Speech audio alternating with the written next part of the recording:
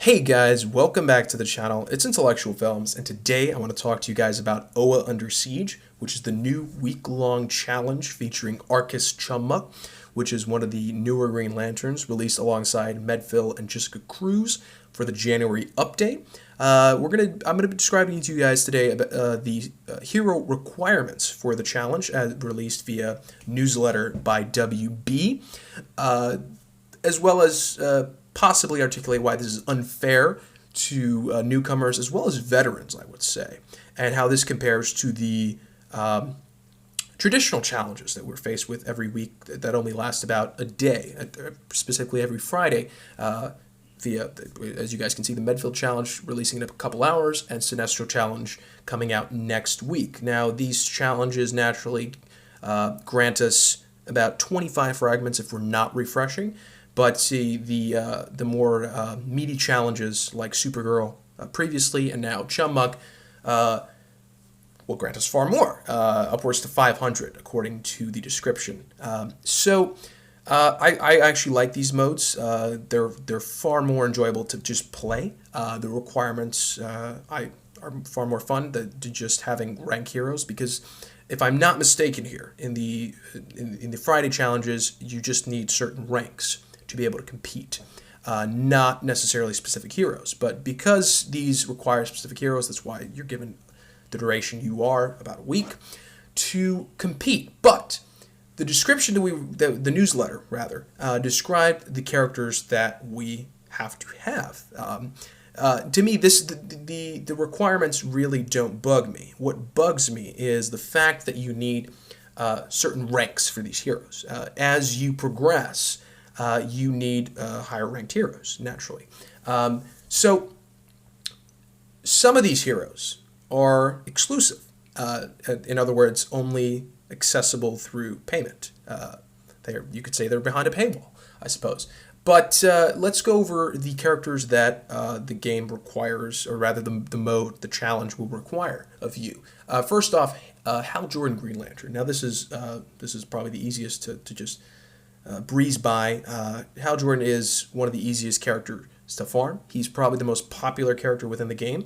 I would assume the majority of the players, if not all the players, have him at a fairly good rank, I would say, as well, because the first 3 chapters only give you, I believe Hal Jordan has about 3 to 4 nodes. So it's fairly clever of one to just farm him, because of course you can acquire more fragments by just farming Green Lantern, as opposed to the other characters who only have a couple nodes at best. So he's definitely a very intelligent round to take initially when you start the game. As you progress, obviously you're gonna gravitate towards other characters, perhaps more powerful characters, one could argue. But moving on, you have Sinestro. Now this is Yellow Lantern Sinestro. We do have a challenge coming up in a week, unfortunately, and I am trying to scrounge some resources at the moment to farm Sinestro, because I don't have him at a good enough rank, unfortunately. But Sinestro is fairly good to farm for it, unless you've started the game quite recently. It's very generous of you. The game, rather, is very generous of awarding you fragments for him, so it's not too difficult to farm him either. Moving on to Emerald Orchard Green Arrow. Again, very easy to farm. Not difficult whatsoever. He's actually very popular in PvP as well due to his leadership. So we're off on a good start here. Not too difficult whatsoever. Then you have John Stewart Green Lantern. Now this is an exclusive character. He has not been available through the live events whatsoever, timed events, what have you. Nor is he available in any of the nodes during the story mode content. So this is the first paywall character that we encounter, unfortunately. But then we move on to Star Sapphire.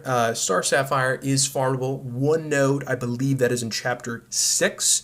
So that in itself, if you are a fan of Star Sapphire and you have dedicated your resources, and by that I mean the gold gems, to just refreshing her node a couple times every day, because you just like the character so much, and you have been farming her, if you're one of those people,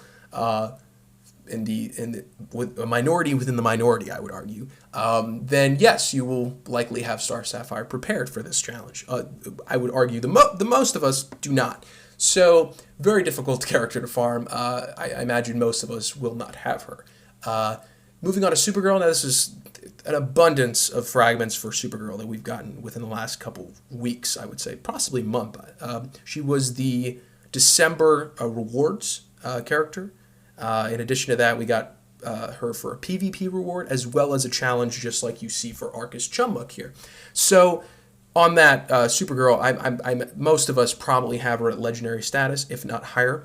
So Supergirl is actually a very good pick, not too difficult to acquire whatsoever. Moving on to Medfill. Now Medfill will be getting a challenge. He obviously has his challenge coming in with the next couple hours, and if you are efficient, you can acquire about 25 fragments right off the bat. If you want to farm him further, let's say to rank 3, some could possibly get him to rank 3, I would say, then yeah, that's as high as you would get him, but you would obviously have to spend some of your resources if you're a fan of Medfill. In addition to that, we are getting PvP rewards. So Medfill is actually a very good pick here because I would say maybe we'll have him at rank 4 or 5, most of us, I would say. Unless you're on the lower end of PvP, then obviously you would not, and you might want to you might want to switch out for another character. Which brings us to another character, of course, Arkkis Chummuck, which is the character that obviously you are meant to acquire throughout this challenge. Arkkis, I would say, again, you are getting the January monthly reward for him, but it's gonna, for us to actually unlock him, it'll take the entirety of the month, which we obviously don't have to complete this challenge. But I would say after a couple nodes, you can unlock him. I imagine within the first 3 to 4 nodes, you'll likely have enough to unlock him. But I could be mistaken here. I don't know how much, I can't quite remember how much you were awarded during the Supergirl event. So don't take what I've just said with a grain of salt. I don't know how many nodes exactly, but I would say after 3 to 4 nodes, you will unlock Arkkis Chummuck. So that's not too difficult either. That can get you for the 4th node, let's say, because it's going to require a rank 4 heroes. For the 4th node, you could technically use Arkkis Chummuck, and he could actually be a very good character to use during this event. I suppose. But moving on to the next character is Firestorm. Now, Firestorm has been very popular within the challenges, the Friday challenges. He has been a reward, I think, 3 times now. So very, very likely that most of us have him at rank 3 or 4 by now. So he can be useful, but not somebody you want to rely on. Not a paywall character whatsoever, so that's good.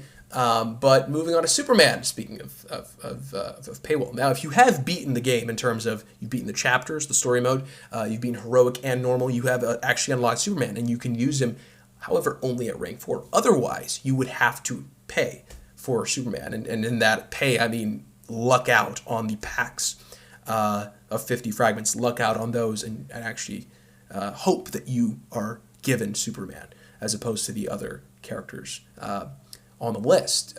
Jessica Cruz, another premium character that you need to have bought. Spent the 8K to unlock her with 100 fragments. Now, depending on how much you buy of her, I suppose you can get her to rank 4 or 5, but I'm not seeing any legendary status, and this is where people really struggle, and this is where we need some characters to be. We need some characters at legendary status, which I don't think most of us have. So at best, I think we can get to node 5 or 6 for most of us. And let's just move on to the other premium characters here. White Lantern Sinestro, again, under the paywall, entirely exclusive character.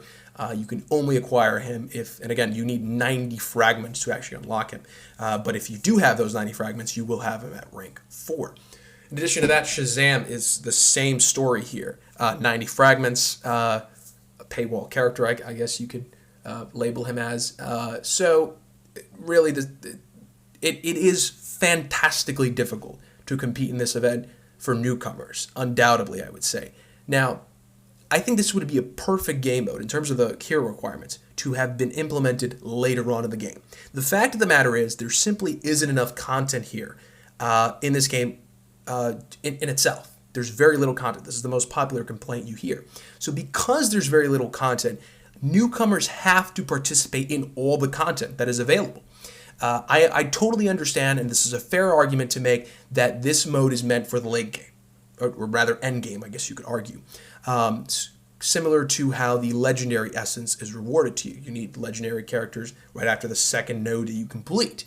So this is an entirely fair argument, and I totally concede that point, because you need endgame for this game. However, it's far too early if you don't have enough content. The only content you have at the moment is story mode. In addition to that, you have PvP, which is a complete mess.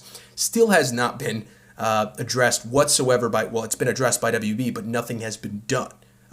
Some people would like to state that because they have acknowledged that an issue exists and they have said they're looking into it, that it's totally going to be fixed in a couple weeks. I've seen absolutely no sign of this whatsoever, and I don't know where PvP is going to go. But in my mind, that is a broken game mode that I would say most newcomers would be turned off by entirely. So I really don't regard that as fair at all. But I would say is story mode is your only game content at the moment, and in addition to this, you have the challenge. Now, the challenges, the normal challenges, weekly challenges, the Friday challenges are fine. They're definitely welcoming to newcomers, undoubtedly, I would say. But these challenges now, you're adding additional challenges, the Supergirl and now Chummuck challenges. They're far too great in scale in terms of allowing others to compete, because you are allowing rather